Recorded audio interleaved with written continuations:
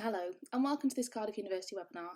This is the latest in our series under the title of Informing Policy, where the university provides a space to Cardiff University academics to speak directly with policymakers where their research expertise can inform policy development.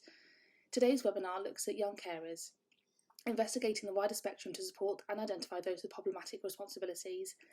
Dr. Edward James from WISERD will focus on his research that looks at how individual experiences can shape our response to care and how it impacts different children, which is essential knowledge in supporting schools and health professionals to understand the diversity of need in young carers. We'll also hear expert insight from Dr. Tim Banks and Lily Spires from the Carers Trust.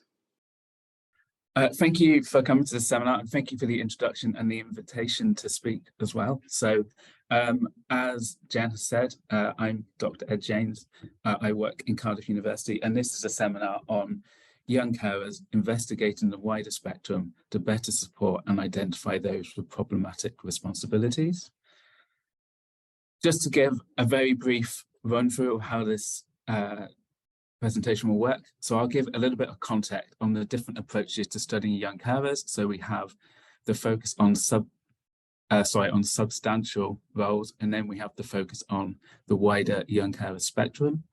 I'll introduce Caring Lives, which is my mixed method PhD study of young carers, and that's as a spectrum. And I'll also be focusing on one of the original findings, which is young carer control. And then we'll finish up thinking about some implications for support, for messaging, and for awareness raising. So first of all, I just wanted to briefly do some kind of introduction to definition. So definition of young carers has varied significantly in research, and that very much affects the type of research that's been done. It's also worth noting, it's also varied in policy and legislation. So we see different definitions for that. And it also varies in terms of provision, in terms of which young people can access young carer support in different local authorities.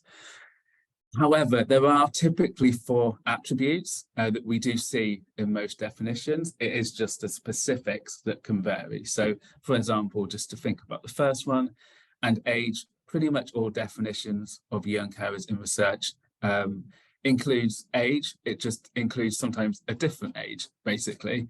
But we have these 4. The first is age, and in terms of substantial responsibilities then, research into substantial responsibilities has focused on age of young carers, normally under 18, with a separate group of young adult carers aged 18 to 25. You have that they care for a family member, usually in the same household as the child, a reason for the care being provided, that it is an illness or disability that usually includes substance misuse and mental health. And then in terms of the one that we're focusing on in most detail, we have that responsibility should be substantial. And that's very much the traditional young carers research that's been going on since the early 1990s. And the reason for this, or maybe I should say then, so when we say substantial, there's kind of 2 different ways that we assess substantial responsibilities. The first is that they spend excessive amounts of time caring.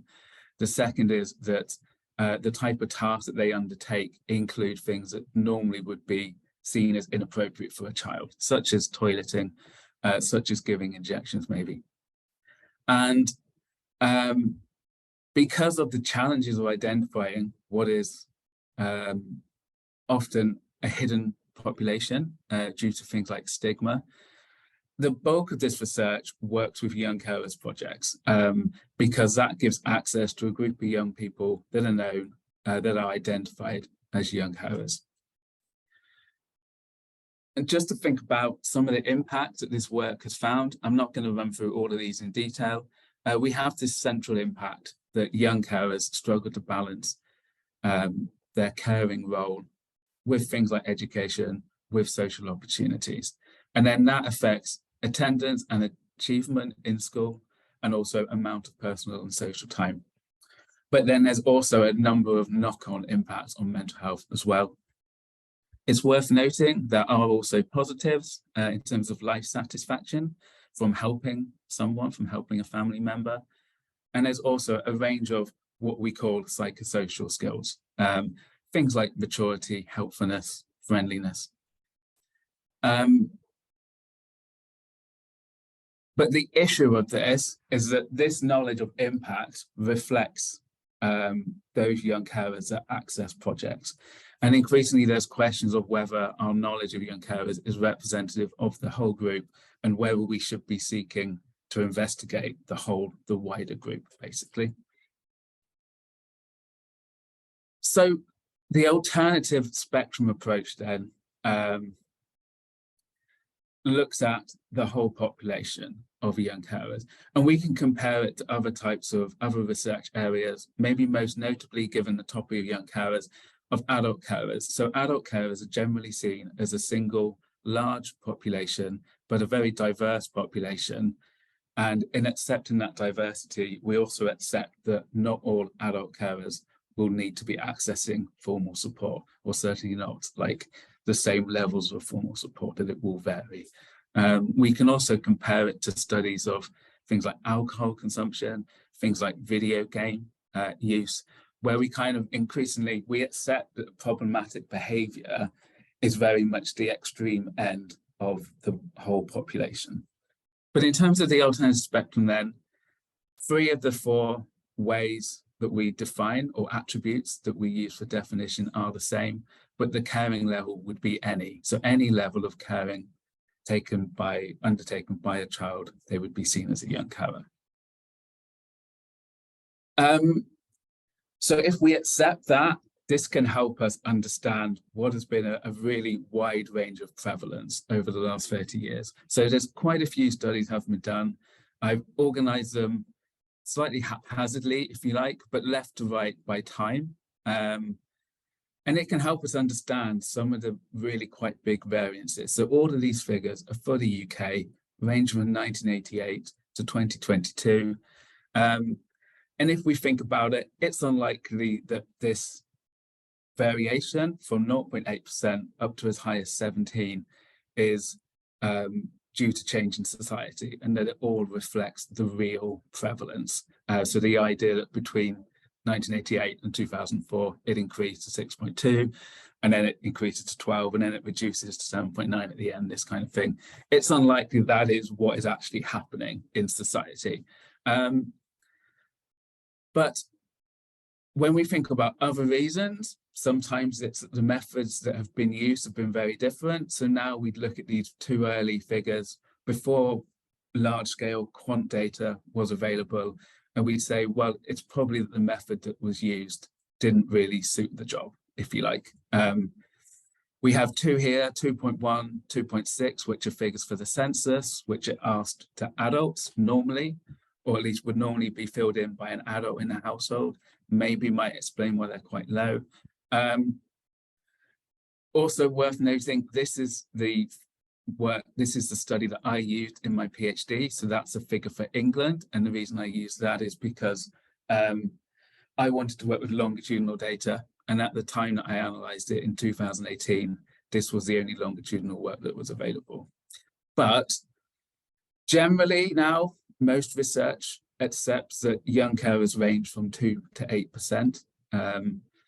But at the same time, you can see we've got some figures that are quite a lot higher. So we've got 12%, which is for Northern Ireland in 2013, 12%, which I think is Cornwall in 2020. You've got 13.9, which I think is Glasgow. Those 2 may be the wrong way around. But then if we're thinking about Wales, we've got these 2 figures here.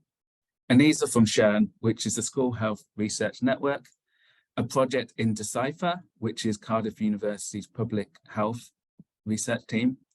And they found that in 2017, 16% of young people were young carers, and then in 2021, 17%. So you can see these figures are quite high. And what I would argue is that these higher figures are more of in studies that have been more able to find all the young carers, so the whole young carer spectrum, as opposed to some of these lower figures that might reflect those with more substantial goals.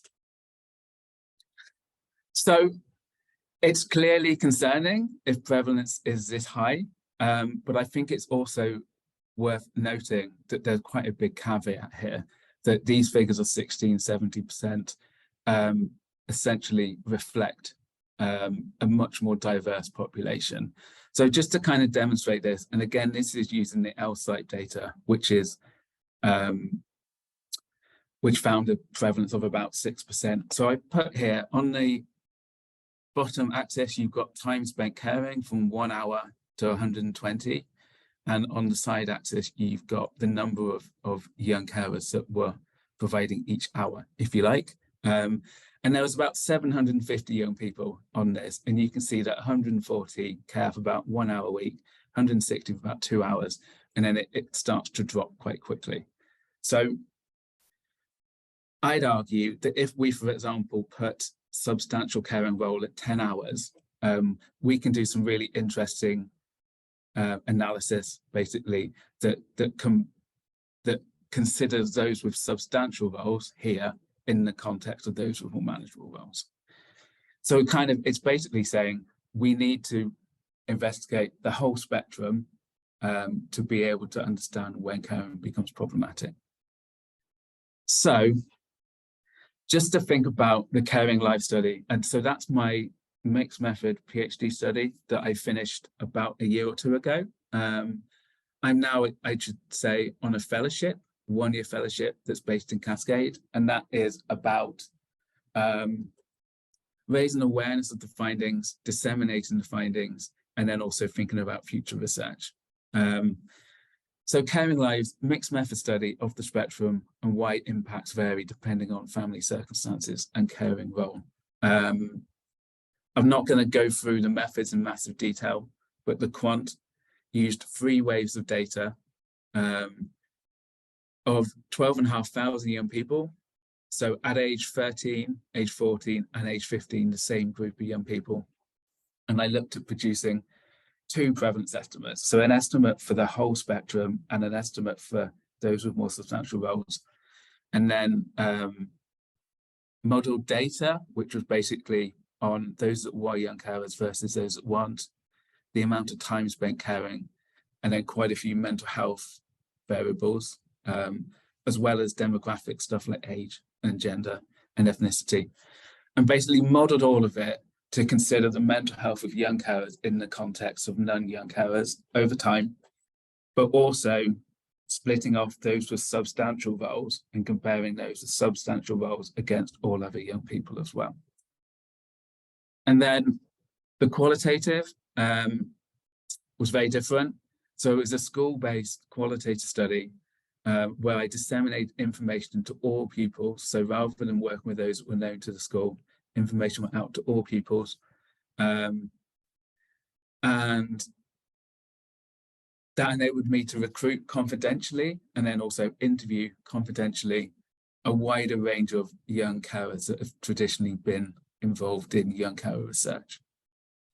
In terms of how the interviews work, I worked with each young carer individually over a year-long period, using kind of engaging activities that were then followed up by discussion to kind of explore what they'd drawn or what they'd written in more detail. So the aim was to track how their caring circumstances changed over time, how the illness of the person they cared for changed over time. Also how their identification status and how the support they accessed, also how that changed over time, so that now is better able to consider their changing mental health in the context of other things that were going on in their lives, basically. So just to give a couple of examples, so you have this photo here on the right. So this was Sophie, who, and that's a pseudonym, I should say, that's not her real name, who cared for her mother who had diabetes, and she had quite a lot of caring at night, during the night, and she had caring that included things like injections sometimes, things like force feeding. So overall, her caring role was very much on the substantial side. At the same time, I also worked with another young carer called Angela, and her role was supporting her mother who had MS but it was she was very independent, very much able to manage it. And her role was more kind of being around when other members of the family want to collect shopping, for example, or to be in for delivery. So very much on like the lower end. So basically the qualitative approach enabled me to work with young carers of very different levels to kind of understand what was going on. So I'm just going to focus on one of the on the main original finding, basically, and it is this idea of a model of control, or a model of perception of control. So how much young carers feel in control of their lives. And you have two halves, and I haven't put up the support side yet, but in terms of the caring level, it has 3 tiers, and the 2 central ones, so tier 2 and tier 3, the findings were very much in line with past research that has been done on those that have substantial responsibilities and access support. So basically those that access projects. And what I found, and how that kind of tallies with what's been done before, is that they struggle to balance their caring with school and with social opportunities. But then in particular, you have this central group of young carers who are at an elevated risk. And for me, that was those that have medical responsibilities, such as injections, also those that have a difficult relationship with the care receiver or with their family. And essentially that means they're at a more elevated level in terms of the care that they provide. However, in researching the wider spectrum, it also enabled me to find this third group, which is tier 1. And this was a group who had more manageable responsibilities and they felt, or which they felt in control of. So they spent either less amounts of time caring, or their role didn't include what we'd normally think about as being inappropriate, such as the personal care type stuff. And if we view this group as being in control of their responsibilities, then we can view these central 2 as having less control, or possibly as having threats to control. So the control that they would normally have is threatened by excessive time spent caring or inappropriate roles. If we put on the second half, which is on support needs, so if we accept there's a spectrum of responsibilities and experiences and impacts, there's also a range of support needs, and that varies again across these 3 tiers. So if we go in reverse this time and think first of all about tier 1, so I think there is an issue that there's a lot of young carers who are not currently receiving information on how to provide care for the person that they look after, in terms of that coming from doctors, which is where it's essentially most best suited to come from. So I think you have that, but I'd argue that beyond that, many of the young carers in this group are less likely to need certainly ongoing high levels of support. And we can compare that to adult carers. So this idea, large spectrum, but not all need, large percentage, big spectrum, but not all need support. And if we compare that to the other 2, so this middle group, I'd argue that most services for young carers, whether that is from projects or whether that is from schools or from doctors, I'd argue that most provision is currently aimed at this middle group. So we almost have like a one-size-fits-all approach to support. And then if we compare it to the top group again, so tier 3, so research for a long time has been highlighting this group of young carers that have quite big medical roles, and the need to either remove those roles to make sure it's not the child that's doing those roles, or to give them training. And there's not really been a lack of progress on that. So that's the model of control. And I think just to finally think about some implications and some conclusions as well. And I think there's implications for research, and there's implications for policy and provision and for decision makers. So overall, I think we need to focus on problematic care by studying the wider spectrum. I think if we study the wider spectrum, it helps us understand when caring becomes problematic. At the same time, there's obviously a need for research to move on to thinking about what that positive support looks like, because there's been very little focus on that. There's been very little focus in academic research, maybe different in terms of practitioner groups, but a lack of focus in academic research on the practitioners, on what they think works and what they think doesn't. So for me, that's very much my interest and my focus for what I'm planning to do in the future. But if we think about the policymakers, provision practitioners, a decision maker group, I'd argue that there's two real implications. And I think the first is that we need service provision that fits the diverse needs. So again, this is focusing maybe more on the two central parts of that model. So those that struggle to balance their caring, and then those that have like enhanced risk, if you like. And in particular, if we say that most provisions aimed at the middle group, how do we support those that have quite high levels of medical care? How do we support those that are providing personal care? I think for me, on a slightly more challenging level, we also then have the current awareness raising that's going on. And this is very much predominantly a school-based focus, that we know that young carers are a stigmatized group, and we often think of them as a small group who have substantial roles.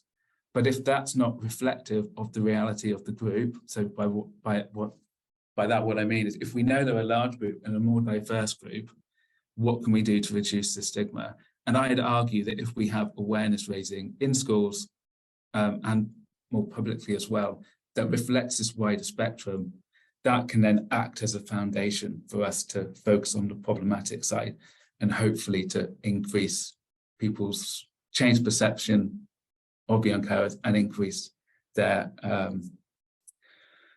willingness to come forward and to kind of self-disclose. So that's me done. Thank you. Thank you for that. That was really interesting. Now, Dr. Tim Banks and Lily Spires from the Carers Trust are going to be giving their expert insight. Thanks very much, Sean. Thanks very much, Ed, for a really fascinating presentation. I'm going to start, if that's okay, to hand over to Lily, who's going to put a few thoughts in place of how we're working with this, with young carers at Carers Trust, and some of our reflections and implications of the research from our work. And then I'll offer just a couple of reflections after that. So Lily, if you're okay to share your slides, that'd be brilliant. Thanks both. Thanks, Tim. I'll just share my screen with you all. So thanks everyone for having me today. As Tim mentioned, my name's Lily Spires. I'm Project Officer with Carers Trust Wales, and I'm here to just give basically an overview of one of the projects that Carers Trust Wales held in the last financial year, Young Carers Engagement. This was a Welsh Government funded project. So I'm here to just give you some context about the project that we ran, understanding some of the learning we took away from the project, and then some implications that Ed James's research could potentially have on future projects that may look quite similar to this one. So Young Carers Engagement, the context of the project. So we held a series of listening events and workshops with groups of young carers, collecting their opinions and experiences of different topics relating to different Welsh Government policies. We were asked specifically by Welsh Government to gather opinions on certain policy contexts, such as the Young Person's Guarantee and Educational Maintenance Allowance, things that are really prevalent in not only young carers, but young people's lives. So we learnt a lot from this project, predominantly around school support and identification. So as we all know, school support varies widely and affects many factors, including the mental health of the young carer. Those young carers that had been identified at school tended to have more options for receiving support. So, for example, they'd been referred to their local carers service by their pastoral unit within the school or by a teacher. Identification can often seem like one of the most obvious first steps to helping young carers receive support, but so many are being missed, even if they present with unmanageable responsibilities. many professionals will miss those at what we can now understand as the lower end of the spectrum. They'll only notice the most extreme of cases, and challenges caused by young caring, for example, lack of sleep leading to poor grades. Those are often taken at face value rather than as a potential consequence of something that's happening outside of school, so being a young carer. Many of the young carers that we spoke to were aware of what a young carer was sort of pre-identification, but felt they didn't meet the definition because of their level of responsibility being too low. They weren't identified until their support needs were much higher. So we lost a lot of opportunities for preventative support through that. So some of the implications of Ed James's research for sort of future projects that look quite similar to this one. In the Young Carers Engagement Project, we only spoke to young carers who had already been identified and were already aware of what support was or was not available to them. Because we only spoke to identified young carers, this does limit what experiences we were able to collect through the project and feedback to Welsh Government.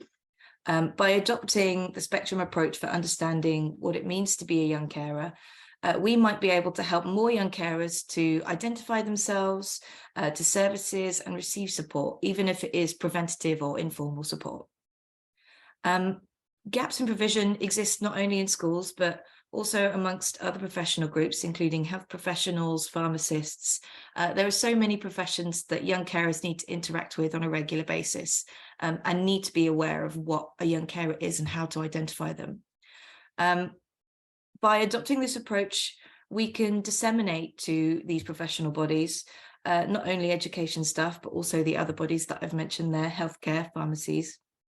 And this could help young carers to receive preventative, informal support that allows them to remain in control of their responsibilities. We have a potential to create a great gateway to provision of preventative support here. Thinking about focusing on both of the positive and negative impacts of caring, understanding all impacts of caring helps us to tier support and find ways to motivate young carers who might be struggling. It also helps us to give a more well-rounded understanding of the experiences of young carers when feeding back to Welsh Government, which may lead to more effective evidence-based policy making. That's me. I'll stop sharing now. Thank you. I'll pass along to my colleague, Tim. Thanks very much, Lee. That's really good. I just wanted to offer up just a couple of final thoughts, really, before we open to Q&A, because I appreciate, well, first of all, I appreciate the time, but I also appreciate that the colleagues Ed and Lee have both covered off a lot of what we want to talk about today. I just wanted to think about it from, so I'm the Research and Engagement Manager at Carers Trust, so I think about it both in terms of research in an academic sense, understanding and furthering our understandings and of experiences, but also from a service provision and what support, so it's sort of both sides. And I do completely agree with Lily that I think that the focus on negativity, both from a charitable point of view, but across the board, can be problematic. And I think that we need to really start thinking about reframing that conversation, that narrative. There are so many aspects of young caring, and when we think about caring transitions, where actually focusing on some of those other things that Ed touched on in some of his slides, things like time management and taking on responsibility.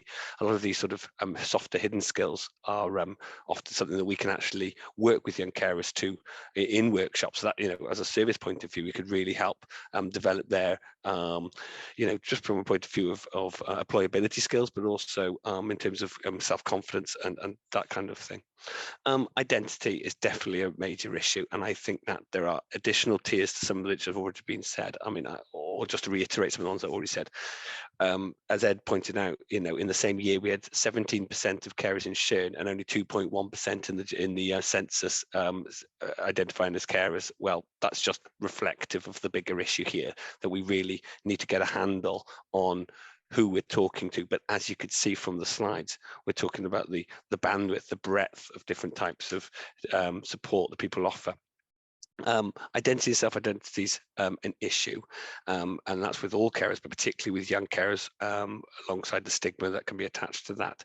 But it's also, we also have to remember that, especially from a Carers Trust point of view, for example, if we speak to people who are accessing our support, then that can be an extra tier, because that's not just people who have identified and self-identified as carers. They're then people who have the means and motivation to seek support, and the means and motivation to have access to that support, and the means and motivation to then take part in follow-up evaluations and research. So we really are talking about a particular cohort of people. So the sort of work that Ed was doing and the sort of Lily was alluding to is really helpful from our greater understanding, because it's really much wider than that.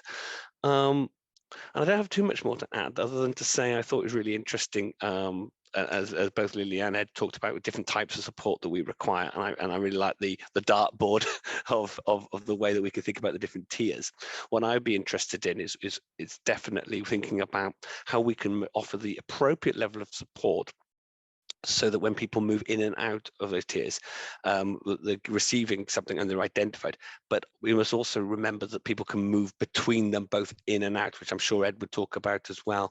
So it's about making sure that that support is flexible enough, so that when someone needs perhaps a little bit more or a little bit less, or they just need that awareness, it's not just a linear approach, and that's really important. And then the thing I will finish on, of course, is yes, it's absolutely vital we talk about all carers. It's vital that we talk about different needs. We talk about and we widen the conversation between negative and positive.